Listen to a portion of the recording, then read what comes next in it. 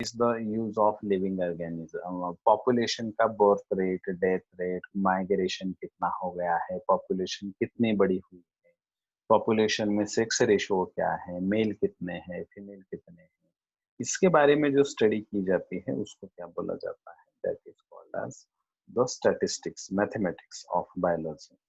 That is nothing but तो उसको ही biostatistics ऐसे बोला जाता है।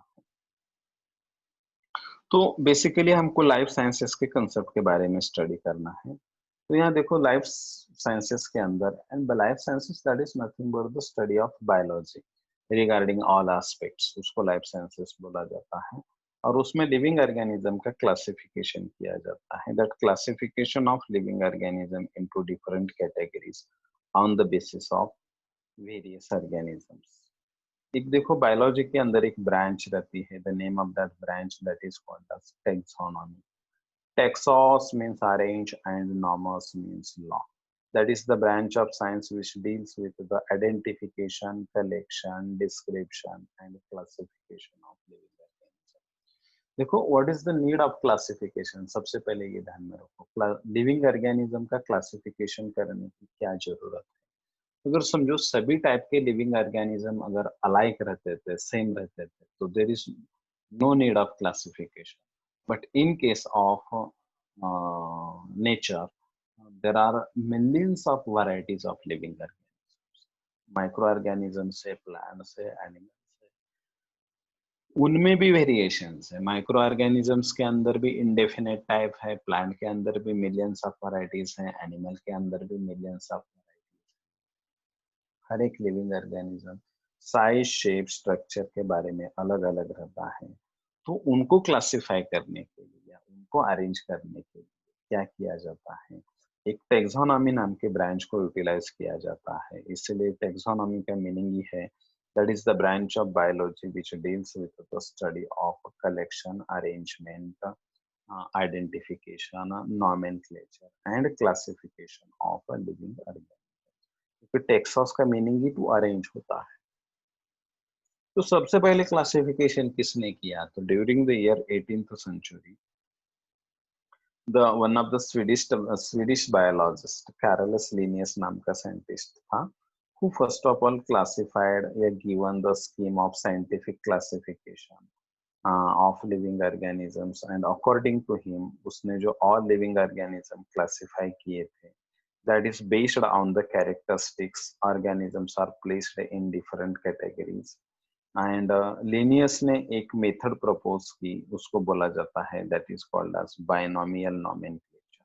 देखो बायनोमियल नोमेनक्लेचर, बायनोमियल नोमेनक्लेचर का मीनिंग क्या है, कोई भी ऑर्गेनिज्म का जब साइंटिफिक नेम डिस्क्राइब किया जाता है तो according to the binomial system of nomenclature there are two names.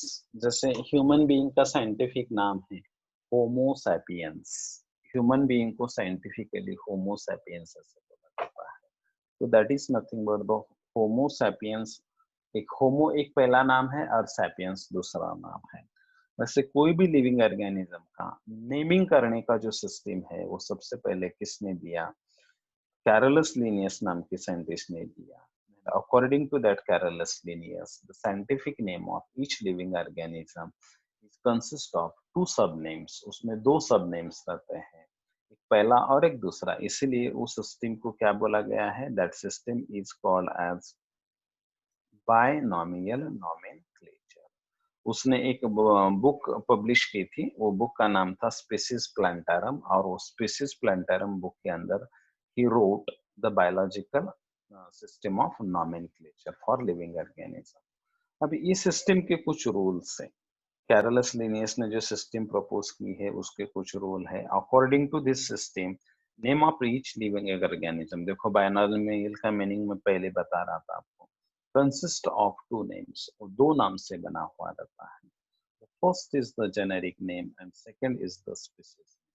पहला जो नेम रहता है वो जीनस का नेम रहता है और दूसरा जो नेम रहता है वो स्पीसीज का नेम रहता है। कोई भी जेनेरिक नेम रहता है that is start with the capital letter, and species name जो रहता है that is begins with the small letter. जैसे उसने इधर एक जूलॉजिकल नेम दिया है हाउस फ्लाई, अपने घर में जो फ्लाइज रहते हैं ना, हाउस फ्लाइज, उसका नाम है मूसा डोमेस्टिका। तो देखो मूसा जेनेरिक नेम है, जेनेरिक बोले तो जीनस का नाम है। अभी जीनस क्या रहता है, स्पीसीज क्या रहता है, तो these are nothing but the units of classification, ये क्लासिफिकेशन के यूनिट्स रहते हैं। मूसा डोमेस्टिका का मीनिंग है, मूसा is the generic name, first name, और ये देखो यम कैपिटल से शुरू होता है, डोमेस्टिका स्पीसीज नेम है, स्मॉल लेटर जो रहता है स्मॉल लेटर से शुरू होता है, तो दूसरा जो नेम रहता है वो स्पीसीज का नेम रहता है। नीचे देखो होमोसैपियंस ह्यूमन बीइंग है, देखो ह्यूमन का नाम दिया गया है, मैंने अभी आपको बताया था होमोसैपियन। होमोसैपियन का मीनिंग है, होमो जेनेरिक नेम है, सैपियन स्पीसीज नेम है, होमो कैपिटल एस से शुरू होता है मगर सैपियंस स्मॉल एस से शुरू होता है। अब उसके कुछ रूल्स रहते हैं कि ये पहला जो नेम रहता है वो नाउन रहता है कभी भी, और सैपियंस जो दूसरा नेम है स्पीसीज नेम है वो कभी भी एडजेक्टिव रहता है। उसके कुछ रूल्स है। देखो ये वीट का एक नाम दिया गया है, ट्रिटिकम अस्टिवम, देखो ट्रिटिकम जेनेरिक नेम है, अस्टियम उसका स्पीसीज नेम। तो ऐसे लिविंग ऑर्गेनिज्म को क्लासिफाई करने की जो सिस्टम उसने बताई, वो सिस्टम को क्या बोला जाता है, that is called as biological system of nomenclature या बायनोमियल। बायनोमियल का मीनिंग देखो हर एक के नाम में, जैसे हाउस फ्लाई कॉमनली बोलते हैं मगर साइंटिफिकली उसको मूसा डोमेस्टिका, कॉमनली ह्यूमन बोलते हैं मगर साइंटिफिकली उसको होमोसैपियंस बोलेंगे, कॉमनली व्हीट बोलते हैं मगर साइंटिफिकली उसको ट्रिटिकम अस्टियम ऐसे बोला जाएगा।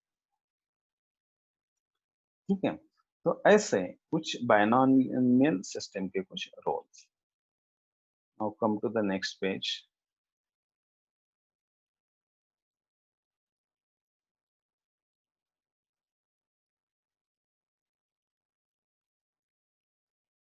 अब इसके ऊपर आ जाओ। ठीक है, तो ये जो क्लासिफिकेशन है, क्लासिफिकेशन के अंदर फर्स्ट नेम तो जीनस का रहता है, सेकंड नेम स्पीसीज का रहता है, and while classifying living organism they are grouped into different categories। अब देखिए कैटेगरीज के नाम बताता हूँ।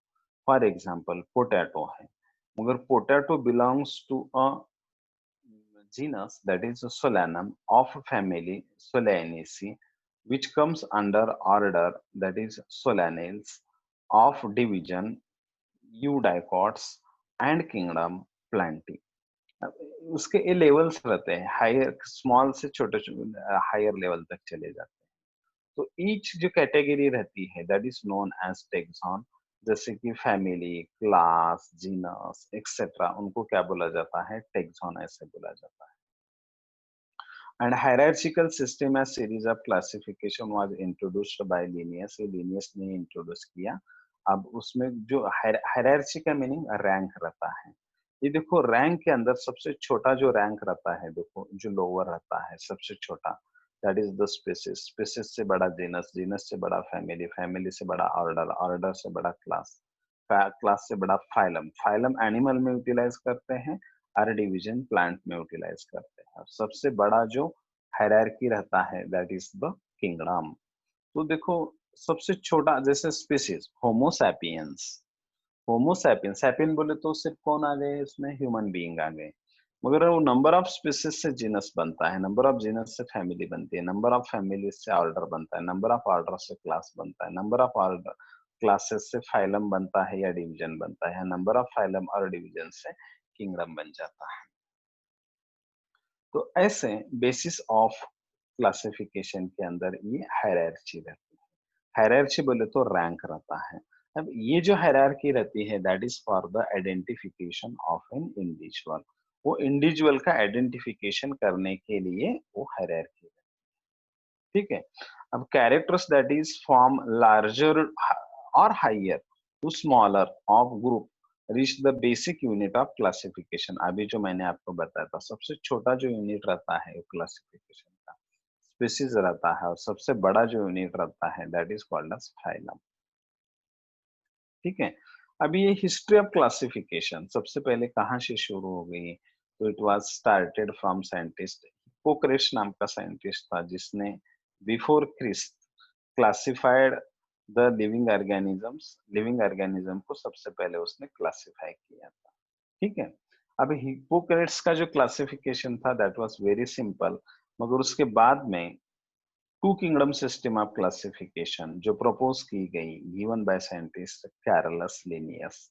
अभी ये जो सिस्टम पढ़ रहे थे हम, ये जो हायरार्की की सिस्टम है या बायनॉमियल नॉमेनक्लेचर की जो सिस्टम है, ये किसने दिया?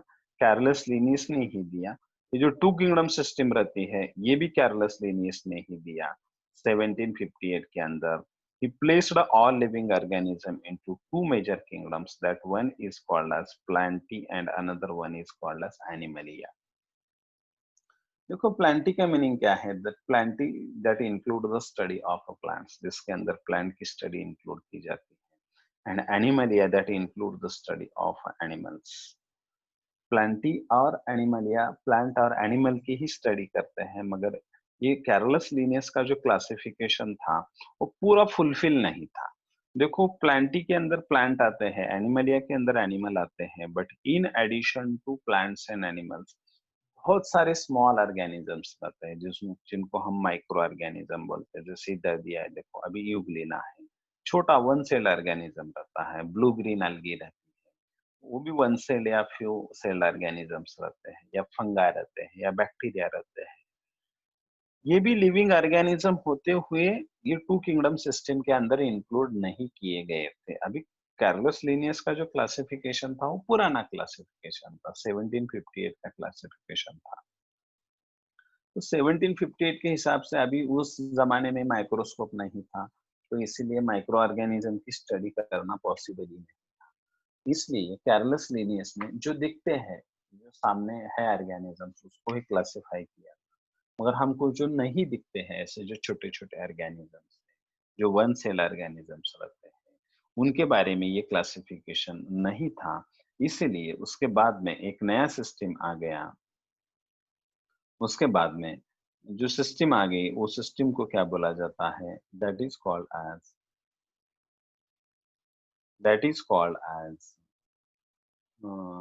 Four kingdom system of classification.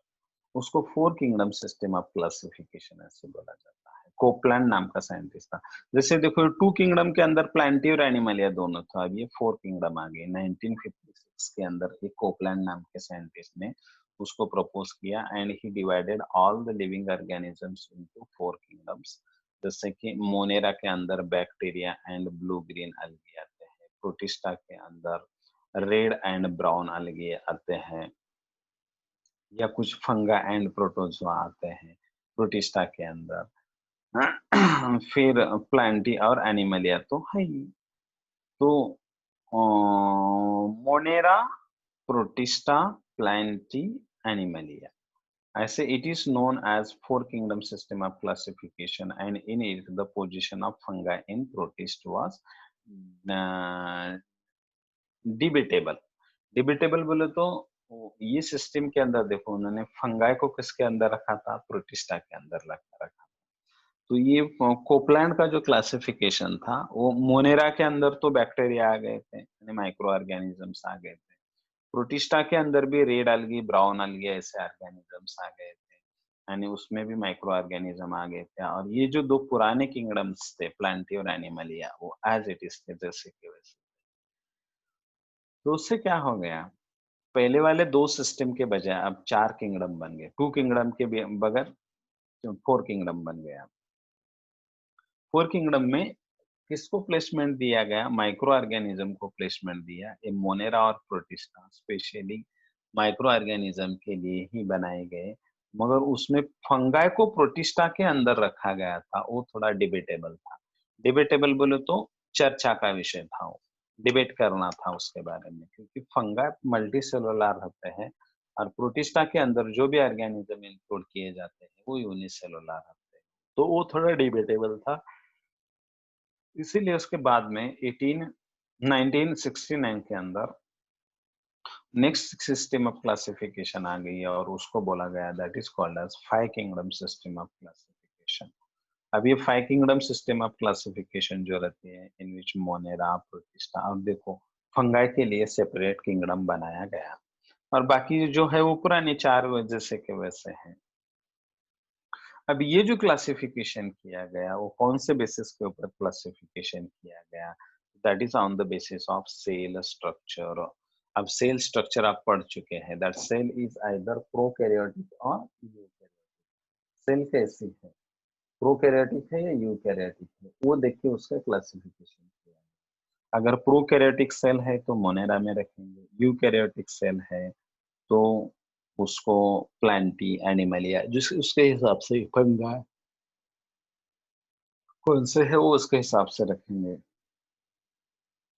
Then plant body organization, plant body organization के अंदर वो यूनिसेलुलर प्लांट बॉडी है या मल्टीसेलुलर प्लांट बॉडी है, उसके बारे में उसका ऑर्गेनाइजेशन देखा गया। देन मोड ऑफ न्यूट्रिशन देखा गया, आइदर दैट इज एट्रोट्रॉपिक या हेटेरोट्रॉपिक, कौन सा है, वो खुद को खुद प्रिपेयर करता है फूड मटेरियल या dependent on others to get the readymade food material. फिर रिप्रोडक्शन कौन सा है, असेक्सुअल रिप्रोडक्शन है या सेक्सुअल रिप्रोडक्शन, इसके बारे में देखा गया। तो मोबाइल असेक्सुअल रिप्रोडक्शन है या सेक्सुअल रिप्रोडक्शन है वो देखा गया।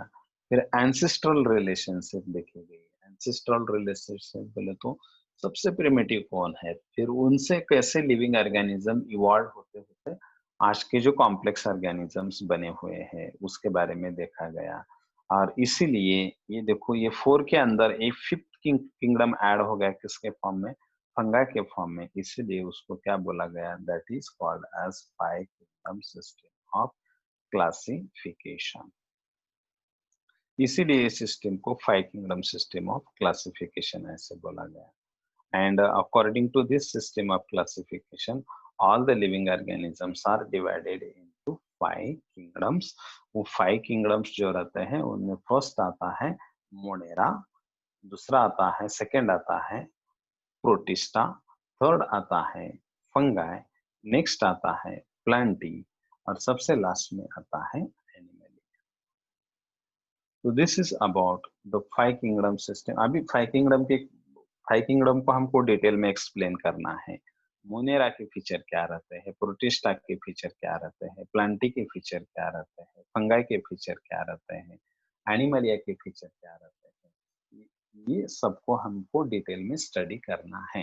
एंड ये रिसेंट सिस्टम ऑफ क्लासिफिकेशन है और थोड़ा एडवांस सिस्टम ऑफ क्लासिफिकेशन। तो regarding this 5 kingdom system of classification जो भी पॉइंट्स हैं हम उसको कल पढ़ेंगे। अभी इसके बारे में अब तक आज का जितना भी हो गया रिगार्डिंग दिस, अगर कुछ डिफिकल्टी है तो you can ask me. Sir chat के अंदर एक बच्चे ने पूछा क्वेश्चन, आपको सर एग्जिट स्क्रीन करना पड़ेगा। क्या करना पड़ेगा? एग्जिट स्क्रीन करना पड़ेगा सर आपको। स्क्रीन निकालना पड़ेगा क्या? हाँ। एक मिनट।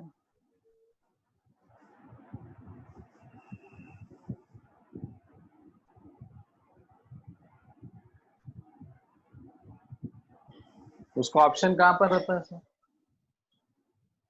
नीचे टूल बार में है स्टॉप।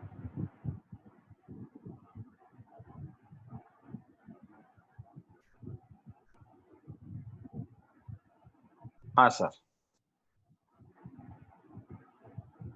ओके सर, आप जब फोटो शेयर करते हो तब उस टाइम पे चैट बच्चों को रिसीव कर सकते हो, स्क्रीन शेयर करने में नहीं। ठीक है ठीक है ठीक है। ये क्वेश्चन था सिद्ध का। हाइबरनेशन इन एनिमल, हाँ क्वेश्चन क्या है और एक बार ये करो। Hibernation in animal sleep for full winter और मोर देन दैट। नहीं, विंटर विंटर का जितना सीजन रहता है, अब हर एक कंट्री में विंटर सीजन अलग अलग रहता है। आपने यहाँ इंडिया में 4 मंथ का रहता है, उसका मीनिंग ऐसे नहीं कि थ्रू आउट वर्ल्ड वो 4 मंथ का ही रहेगा। दूसरे कंट्री में उसका ड्यूरेशन अलग रहता है। तो जितना विंटर सीजन रहता है उतने विंटर सीजन के अंदर जो भी animal undergo in sleep condition उसको हाइबरनेशन बोला जाता है। वो बाहर नहीं आते उस वक्त।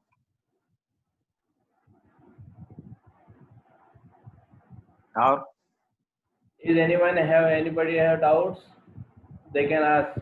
Siddha, your doubt is clear?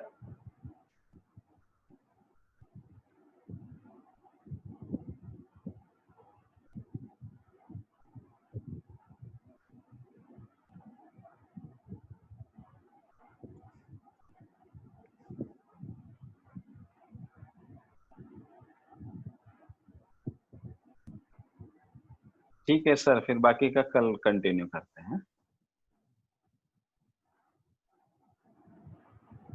Okay. Okay sir, thank you sir. Okay sir next Sunday को सर आपका टेस्ट लगा है सर, ठीक है, बायो का। नेक्स्ट संडे को क्या? हाँ, हाँ हाँ हाँ हाँ हाँ। तो सर बच्चों को नोट्स होना थे सर। वो प्रीवियस चैप्टर के नोट्स ना? हाँ, आप जो भी टॉपिक दोगे बट बच्चों को नोटबुक कंप्लीट करना है। ठीक है, वो उसके फोटोग्राफ्स दे देता आपको हूँ। क्लासरूम में भी अटैच कर देता हूँ, क्लासरूम बना के, उसमें आप शेयर कर ठीक सकते है, हो लगे तो बच्चों से। Okay okay.